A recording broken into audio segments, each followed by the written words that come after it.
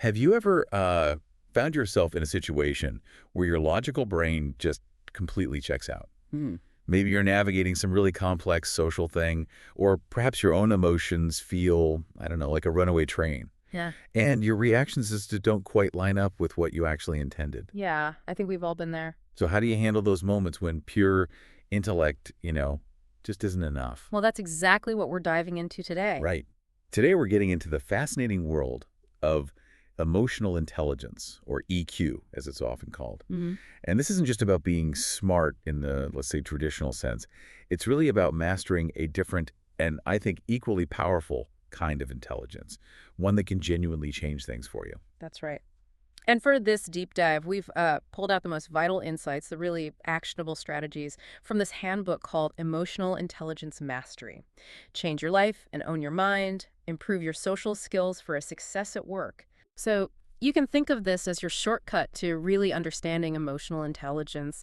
It's, well, profound benefits and some practical ways you can actually apply it. So the mission for you, listening in, is to get that quick, solid knowledge, spark some aha moments maybe. Exactly. Cut through all the noise and really get to what matters with EQ. Okay, let's unpack this then. At its absolute core, emotional intelligence, EI, it's about your ability to really pay attention, right? To your emotions, others' emotions. And label them correctly, yeah. And then use that information to, well, respond appropriately. So it's about being really aware of your feelings and using that awareness, that perception, to manage yourself and others in everyday life. Precisely. And it's so important because, like our source material says, EQ genuinely steps in when your traditional IQ, quote, cannot get the job done. Ah, okay. That's a key difference. It is. And humans, well, we're fundamentally emotional creatures. We experience hundreds of emotions every single day: anger, sadness, fear, joy, happiness, you name it. Hundreds, wow. Yeah. These emotions are basically a state of mind triggered in your brain, which then leads to these really rapid physical and physiological reactions. Like the adrenaline rush when you sense danger.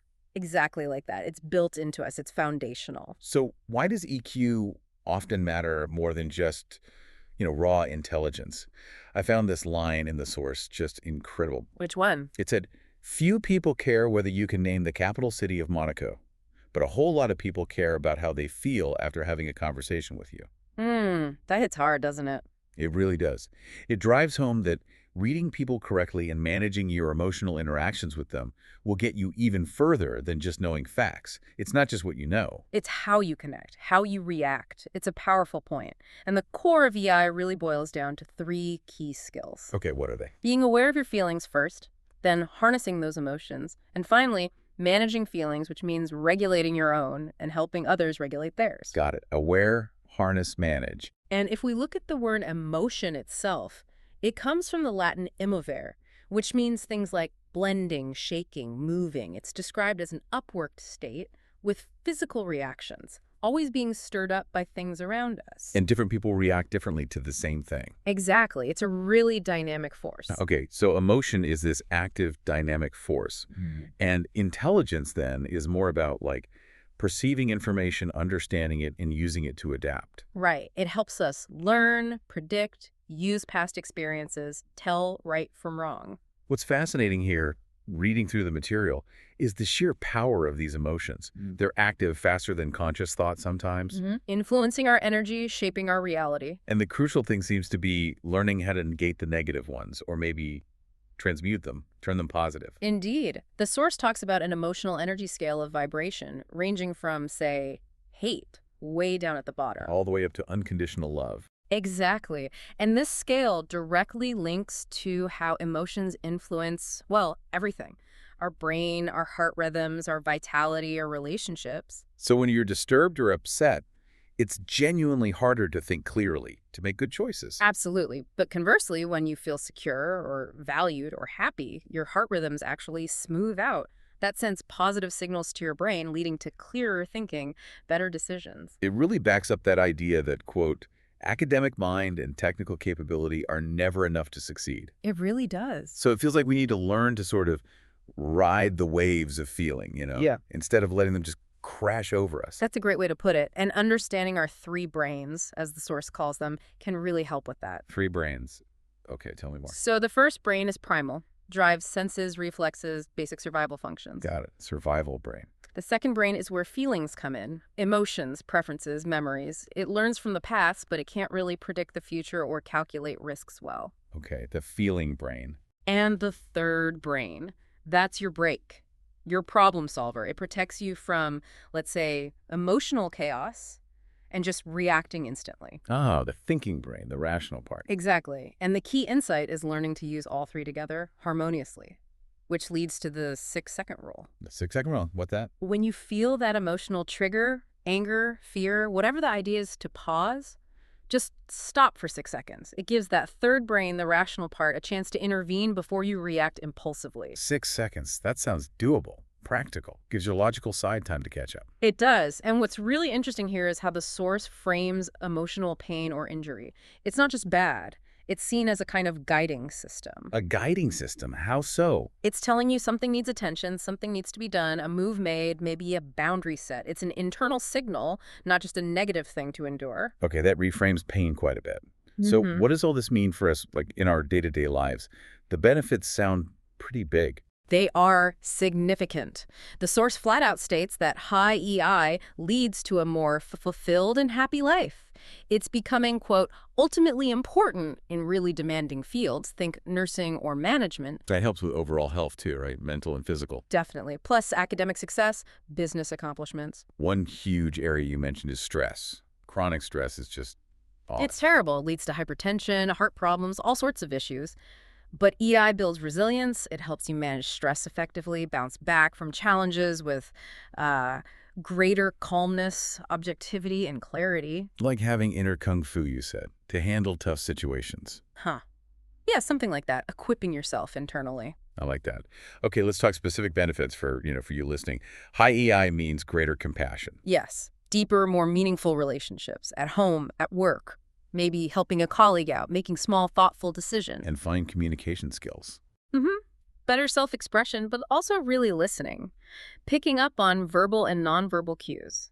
Knowing, as the source puts it, exactly what to say to channel people's strengths. That sounds powerful.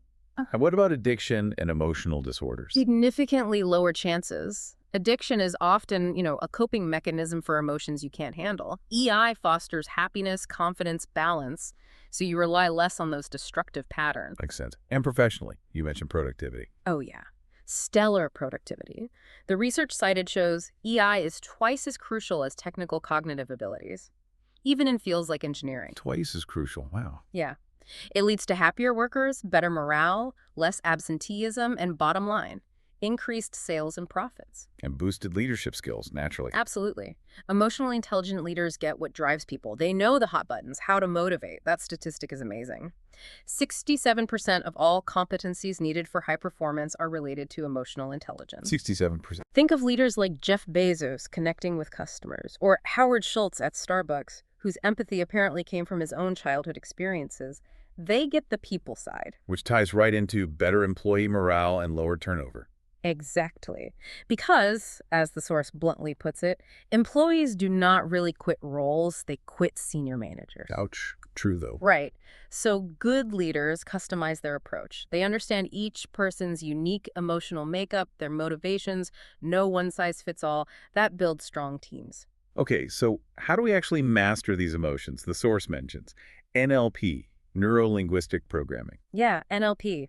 It's essentially about learning the language of your brain or your mind, bridging the gap between your conscious thoughts and your subconscious patterns. Like learning the code for your own brain so you can tweak it.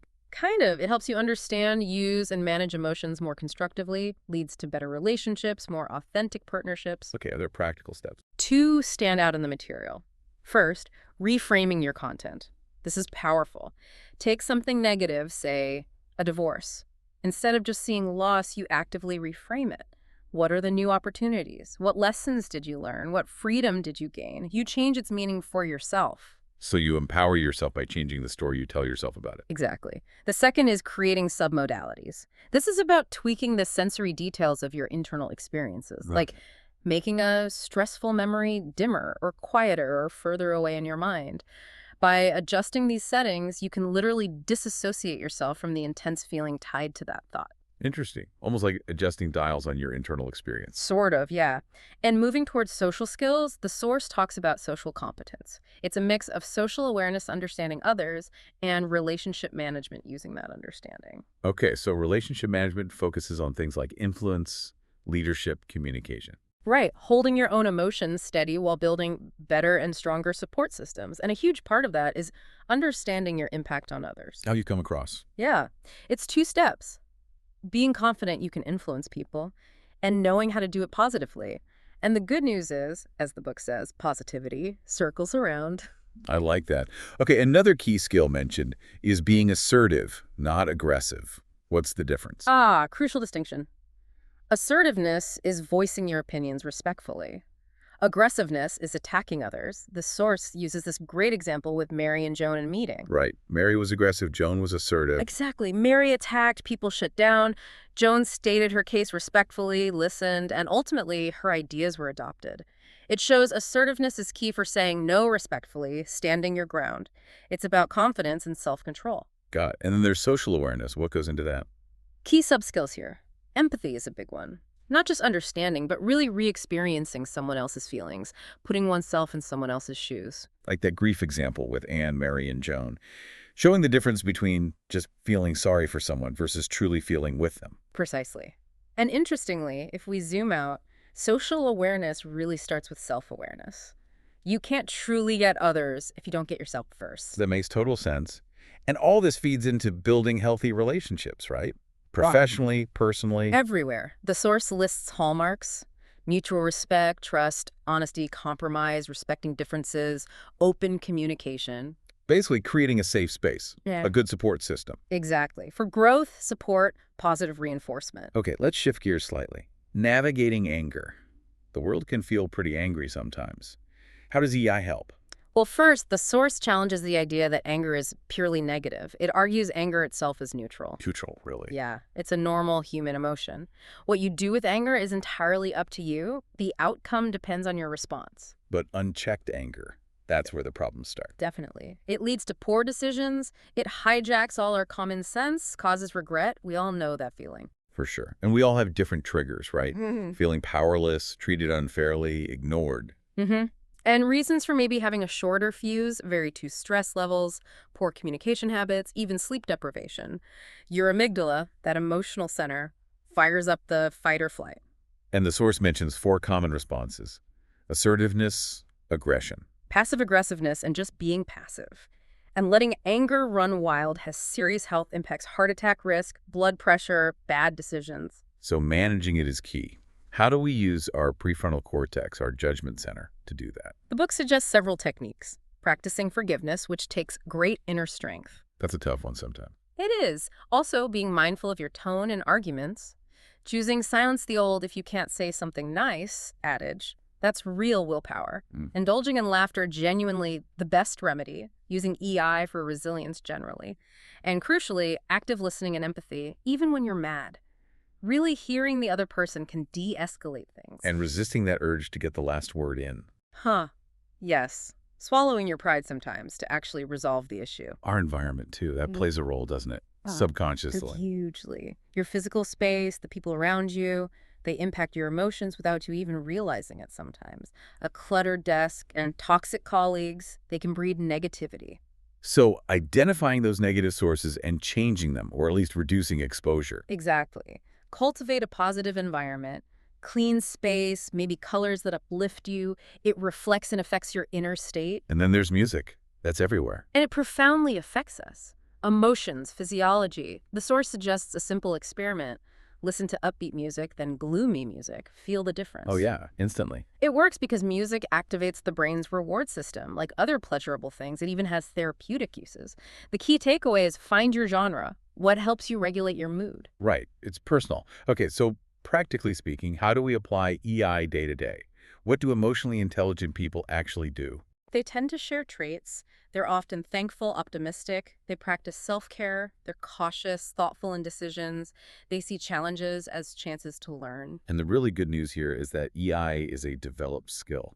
You're not just born with it or not. Absolutely not. It can be learned. One great tip from the source is to use Plutchik's Wheel of Emotions. Lysichik's wheel. Yeah, it's a model that helps you understand the range and depth of your emotions. See how primary emotions combine, like happiness plus anticipation equals excitement. It helps you name what you're really feeling underneath. That sounds really useful for self-awareness. And there are actual tests for EI now. Oh, yes, growing interest. Higher scores often correlate with success. The Reuven bar on EQI is one of the oldest. Self-report, interpersonal skills. The one the U.S. Air Force uses, saving millions. That's the one. Then there's the MSCEI, which measures 4 branches of EI. And the ESCI, popular in organizations, uses self-report and peer feedback, plus others for specific things like optimism or cultural intelligence. Okay, before we wrap up, let's buzz some common myths about EI. Good idea. There are quite a few. All right, myth number 1. EI is basically a woman's thing. Absolutely not true. It applies equally to everyone. Culture might shape expression, but the capability is universal. Men need it just as much for understanding others and themselves. Okay. Myth number 2. You're either born with high EI or you're not. Definitely false. As we said, it's a learned skill. Like playing an instrument or learning a language, most people can significantly improve their EI with practice. Good to know. Myth 3. Charming people must be emotionally intelligent. Be careful with that one. A charm can be a mask, right? Even for manipulation. Yeah. The source advises, trust your gut feeling. Do their actions match their words? How do you feel after interacting with them? Drained. Like an energy vampire, as they say. Exactly. That's probably not high EI you're dealing with. Exactly. That's probably not high EI you're dealing with. Okay. And finally, myth 4. EI only really matters if you're a leader or in certain jobs. Nope. Simply put, EI makes life easier for everyone. Sure, it's critical for leaders, they're under a microscope, need to set the tone, but it's vital for your personal relationships, your own motivation, your own peace of mind. Everyone benefits. So, wrapping this all up, emotional intelligence isn't just some passing trend. It seems like Yeah. a really fundamental skill for success, wouldn't you say? Yeah. In all parts of life, personal, professional, social. Absolutely. It affects your confidence, your optimism, your self-control, empathy, social skills. It helps you understand and manage your emotions, which really can accelerate success. And the message is, you can be like those people who seem to calmly navigate stress, make good decisions, take criticism well. It's achievable. Totally achievable. It's about welcoming EI into, well, every area of your life. And you had a practical tip for self-reflection. Yeah, something you can try starting today. In our busy lives, just set a timer, maybe a few times a day. When it goes off, just pause, take a deep breath, and check in. What am I feeling right now? Where's that emotion coming from? Where do I feel it in my body? What does it feel like? Exactly. It might feel a bit weird at first, but with consistent practice, it starts to become second nature. You build that self-awareness muscle. That's a powerful, simple exercise. And remember, the source emphasizes celebrating and reflecting on the positives. Yes. It doesn't matter if you feel you have more negatives or positives right now. The key is to acknowledge and celebrate every win, no matter how small it seems. Because when you embrace those positives, You build resilience. You increase your chances of having those fulfilling relationships. You get better at moving past adversity. so a final thought for you to take away. What positive will you celebrate today? And how might that one small act start to shift your own emotional landscape?